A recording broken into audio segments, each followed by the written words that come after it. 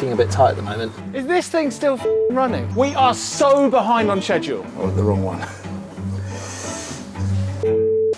We've got 20 minutes left. We can't be doing with this. Oh no, it doesn't stop, it keeps going. Oh my God. Oh my God, I got bread, I got butter bread. Today, we have 6 of the best heating engineers in the country all coming to my house to remove my 4-year-old £15,000 hydrogen fuel cell boiler and attempt to try and replace it with the perfect heat pump installation in just one day. How you feeling? Yeah, good, you? Yeah, not too bad. How you doing, mate? All right? How's it going? Good, how you doing? Yeah, good. We're doing hugs this morning. Very good, very good. Just slide it over, out of the way. This will be the only bit of work that we see me do all day, by the way. So we're just trying to make some room on the drive so we can get some vans on here. We're trying to hoist this. How much do these weigh? 150? 150-ish. 150 kilo. Heat pump up onto that roof. We've also got to bridge it over those tiles. It's 9:01 and we're only just about to start. Hydrogen is dead. The argument for heating homes with hydrogen fed via gas pipes coming down the road, feeding into our houses, then burning that hydrogen is pretty much over, with perhaps just a few fringe cases being the exception to the rule. Of course, boiler manufacturers are still putting the hydrogen ready logos on their boiler boxes to make people feel like they're doing something when they have to replace their boilers because they can't afford alternatives. But the reality is, those boilers going on now with the H2 ready symbol on them will never see hydrogen. They won't be around in 20 to 30 years' time. And even if they did ever see hydrogen, which they won't, the owners would have to not give a fig about money because this incredibly difficult to source stuff is incredibly expensive. I'll tell you what is easy to source is solar energy. And solar energy is actually exactly what heat pumps use. Solar energy from the sun comes down, heats up the earth, the ground and the air. Then we re-extract that energy back from the ground or earth or air, and then amplify it through a compressor and put it into a house. What we can also do to help with that is literally capture solar energy with solar panels, which we will be installing here within the next couple of months or so. Over 90% of homes already have double glazing and 200mm of loft insulation, meaning the 90% of homes are pretty much already fine for a heat pump. So my home is a 1927 build. It's got cavity wall with no insulation. The skins are too close together. It's double glazed, as 90% of homes in the UK, and 200mm of loft insulation. It's also 140 square meters of floor space, and it's just 7 kilowatts demand. That just goes to show you how little these houses really need. That's 7 kilowatts demand at -2 outside. As you can see here, this system is already running at 45 degrees C flow temperature when it's 0 degrees outside, which means it's more than fine to run at below 55 degrees, which is the max limit typically for a heat pump before it gets to become too economical. Most homes are absolutely fine like this. Most homes, or 90% of homes, are double glazed and have a 200mm of loft insulation, which means most homes are going to get a SCOP of at least, or an efficiency of at least 350% and above just off the bat, if they're installed properly, which means using a decent installer, such as a Heat Geek Elite, who average above a 4 SCOP. The time is 9:41. I'm only just cooking the breakfast. We're only just draining down. We're 2 hours behind, maybe an hour and a half behind.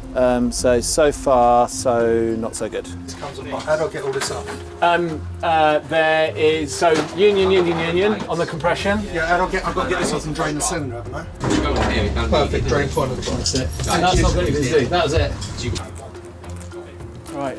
So we're trying to get this as far out of the way from the road as possible so we can't see it. We're running, trunking through that old flue hole, along the roof here, suspending in the air, and then back into the bottom of the appliance. So we're putting this on the roof here. Typically, you don't put heat pumps on roofs, especially timber flat roofs like this, because they can resonate down and through the rest of the building. However, for the last sort of 5-10 years, heat pumps got quieter and quieter. This more recent heat pump, again, it's an Aerotherm Plus 7 kilowatt. This is super quiet. So really, I'm putting this on the roof to test out how bad it is. For you, the public, it might be really bad. If it is bad, then it's going on the wall. But I want to find out. I don't just want to do things because of old rules of thumb. So we're putting it on the roof. Also, this room below here is a utility room. Like, it's noisy anyway. There's normally tumble dryers going, washing machines. No one lives down there, no one sleeps there. Someone does sleep the other side of that wall though, it's a bedroom, it's my twins there. So if it's a fail, I'll let you know. So we've got a bit of an issue here. Either I've ordered the wrong radiator, which there's no chance of that happening, obviously, or we've been sent the wrong radiator, meaning we have to cut out a load of the skirting board and stuff to fit the radiator we want upstairs. However, my missus ain't gonna like that. So I need to panic and fix that problem as soon as possible. How are we doing on time? Terribly. Or the wrong one. I've ordered the wrong one, basically. I wanted a 450 high and I got a 600 high. I'm going to sit it on this to see what it looks like, send Jo a message and see if she'll accept it. Everything all right? You know the radiator in our room? Yeah. You know we were going to order a 450mm high one, so it fits in that gap between the skirting and the windowsill. And then you said you want a gap so you can fit your hand in to dust the top and all that sort of thing. Yeah, anyway, what's happened? A 600 has been delivered. God, that's delivery, guys. But it's not going to be tilted like that, is it? Well, that's the thing. To have it not tilted like that, we will also have to cut the skirting. Cut into the skirting. Oh, you don't mean take loads of skirting out? No. It will look like that, Yeah. but it will just be in a bit. Inside the skirting. Yeah, I think that's better, isn't it? Can I just point something out? Yeah.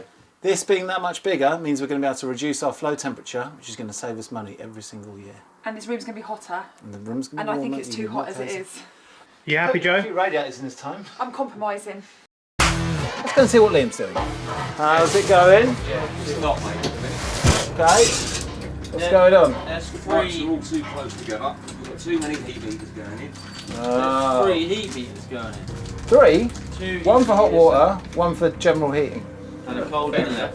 I think we shouldn't have come in here. Why is it cylinder in? Well, they've been swap and change stuff about, so we're getting on top of it. It's now 12 minutes past 1. We don't have the cylinder installed.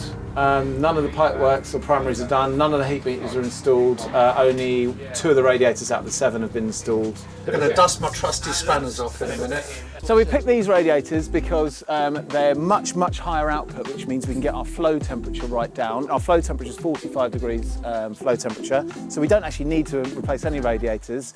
Anything below 55 degree flow temperature, you don't need to replace any radiators for a heat pump. But I want the highest SCOP possible, which means I want even bigger radiators so I can turn the flow temperature down even more and have the highest SCOP and show off on social media. Although I don't think we're going to get above 500% efficiency on heating, what I do think we're going to get super high efficiency on is hot water, because I designed this one. So this was made by Newark. You can send them your plans and they'll make the unit for you. And what I've got is 2 huge 28mm coils in parallel inside this system. These coils will be piped for reverse return, and what that means is the first port that goes in will be the last to come out, and that will ensure even flow across both coils. If I had a double coil system that I was installing where one coil was on top of the other, I would install them in series. So I would put the flow to the top, come back out the middle, go back into the top and out the bottom. That's the most efficient way to do a double coil cylinder, provided you have enough pump head. But because these are in parallel, we'll half the flow rate through each tube. And that means we can get the pump head no problem, but there's no reason to go through one coil and then through another. We may as well go down in parallel, and then we get to drink up the most possible amount of energy from the bottom of the store here. What we've got down here is an 1.25 inch tapping with an insertion dip tube, which slows down the velocity of water to keep the cold water from stirring and mixing up from the hotter stuff. And then where we have this massive coils down here, the temperature difference between this large amount of surface area of coil and the cold water store is maximised. Therefore, the heat pump will run cooler, therefore higher SCOP.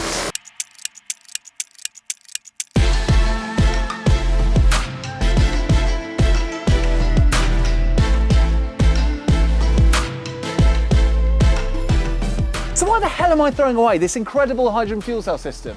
Especially considering actually the heat pump alone is probably going to cost slightly more to run than this. Well, first off, understand that these units are slightly different from the proposed hydrogen boilers that are going to burn hydrogen that's meant to be fed down our gas line. if that ever comes around. These actually produce their own hydrogen by converting the natural gas that comes down the gas pipe into pure hydrogen. It does release some carbon dioxide into the atmosphere, but also, and importantly, these also produce up to 6,000 kilowatt hours of electricity for the home too.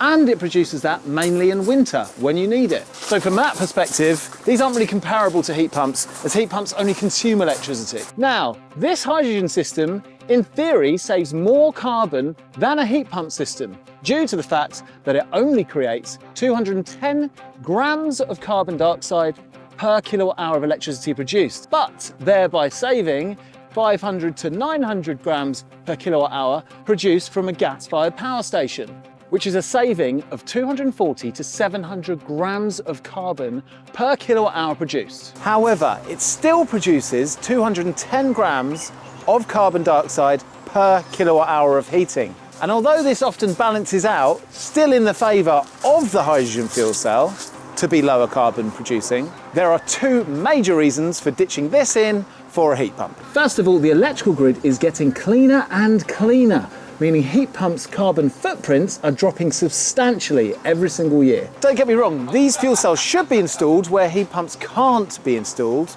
The problem is that's just a teeny percentage of the UK population. Second of all, we can generate.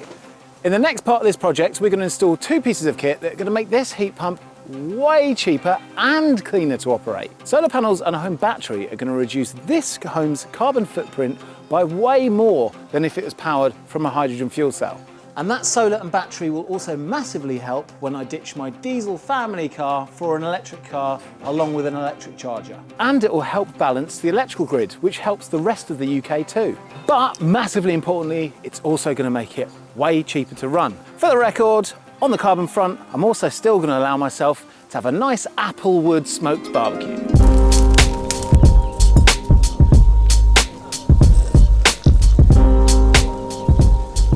Terry Lambert, my old friend. Terry, tell us a bit about your past, where you're from. Who are you? Who is Terry Lambert? I'm a heating engineer from Carshalton in Surrey. Amazing. I love heating, I love renewables, and I love the energy efficient. Hey, Tommy Jones. Yes, What's your name? Tommy Jones, And where are you from? Wokingham, round the corner. Okay, it's pretty late in the day. Well, here's where we are. We've got the heat pump installed on the garage roof. All the pipe work up there is in and down, and the cables are down, etc. The hydrogen fuel cell is out, it's sat over there, waiting to be collected for when I sell it, because it needs to be reused. We're not going to just throw that away. In place of that, we have a big space to work in. I've got a heat meter in, the flow and return, expansion vessel bracket, all of that's in, ready to put the cylinder in and leave a big space for the battery. Mark Denman, what's your name and where are you from? ASL. Mark Denman, Bedfordshire, between Luton and Milton Keynes.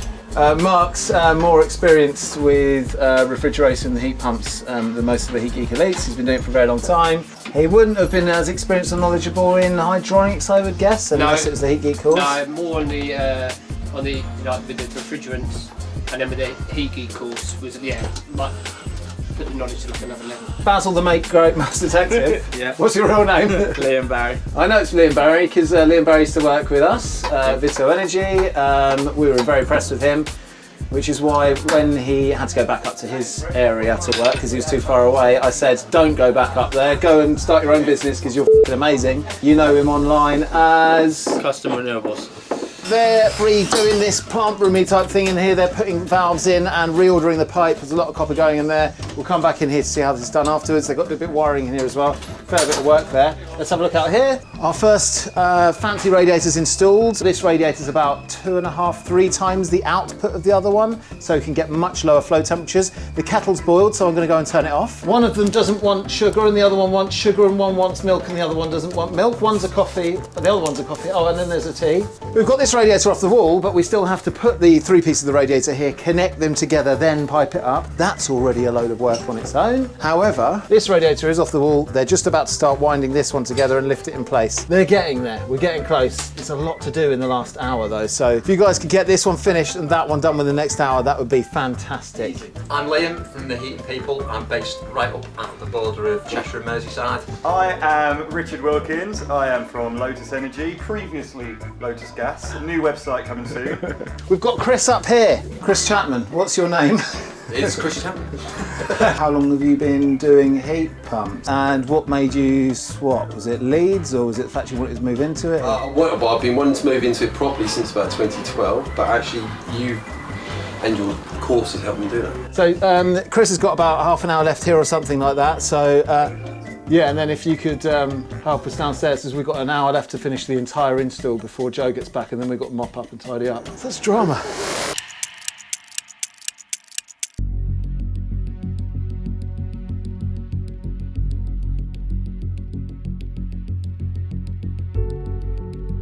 So we're nearly there. We've got about 20 minutes left. I just got to go around, find out where people are, tell them how long's left to get it all done before the end of the day, and to see if we're going to make it or not.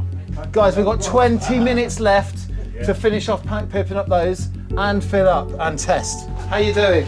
Good. Yeah? You think you're going to be done in the next 20 minutes? Yeah. Oh, we're We've got filling loop. Okay, cool. That needs to be in the next 5 minutes, because then within the 20 minutes we also need to fill up and test, and including the cylinder. So be done within the 1 day. So the pipe that feeds the radiator has a physical line going across it. So whatever we put into it, it's not going to seal. We've got 20 minutes left. We can't be doing with this. There, the copper pipe that's What, on the back side? yeah, feel the underneath of it. Oh, oh, it does. But it's a proper divot. Yeah. Oh, I think it's where it's bent. They've left something in there. Oh no, it doesn't stop. It keeps going. Oh my God. So I think. Do you know what? I'd risk that. I think that will hold. See, it's not perfectly circular. So when we try and make a joint on there, it won't fully make. I'm willing to risk that though. For I think press will hold. Press, don't stress. Terry is pumping up the hot water cylinder. The amazing hot water cylinder is going to be the most efficient in the lands. Once he's pressed these last bits, we're going to fill this hot water cylinder up to see how many of the joints leak. None of them are going to leak, obviously. Once we know this is sound, then we fill up the radiators. Once we know their sound, we continue and fill up the heat pump. When we know that sound, we turn the thing on. When we turn the thing on, we get heat in the radiators and we're done. Oh, hot water tank's fill in. Quickly, come and get the leaks. What are we going to do about the leaks, though? You are standing very close to me smarmy, I can tell you. There's no leaks in here. We're wasting our time. We've got 3 minutes left to finish the job, everyone. Guys, how long till we can start filling the radiators, okay? We're done. We're done. All right, can you fill it for us? Yeah. So where are we at? Now we're at the end of the day. The heat pump's up, installed, pipework's in, looks very, very neat. That's in and done. This radiator in here, filled, leak tested, looking amazing. So that's done. This radiator here, done, in, tested. This is like the centre of the house, so we kind of wanted a big lump of iron in the centre of our house to radiate low temperature heat out. That's done. Playroom in. We've got a test on at the moment. Looks like it's all holding. Once that's holded, we'll put the floorboards back, carpet back. This room's done. This radiator, which was 600mm instead of 450mm, that's in, looking a lot better than I thought it might. Really chuffed with that. Berry's room, done. Twins room, done. That's it, we did it. We installed the perfect heat pump in just 1 day. And guys, thank you very much for sacrificing your bank holiday Monday. It was much appreciated and the job looked amazing. Thank you so much. Well worth Heat Geek Elite badge. You've seen their Twitter handles and their other social media handles. Make sure you follow those. We'll also link to those in the description. And like and subscribe to this channel. And we'll see you in the next one. Cheers. Quick update on the experiment, which is a heat pump on a flat timber roof with not a lot of insulation between that and the room, about how noisy it is. It's 7 kilowatts, flat out, and you can hear it, but it's absolutely nothing. We've had to turn off the extractor to hear it. Out here, we can hear just absolutely nothing. Here I am in my twins' bedroom. It's on max output for hot water. I can hear a really faint buzz in the background. If you didn't know it was there, you wouldn't hear the sound, if that makes sense. So I think the experiment of 7 kilowatts from, modern heat pumps, which aren't that loud, being on a flat roof, which is known as a no-no. You do not put heat pumps on flat roofs. Timber flat roofs has been disproven. With new heat pumps, that's absolutely fine. That was well worth it, and we won't have to move it.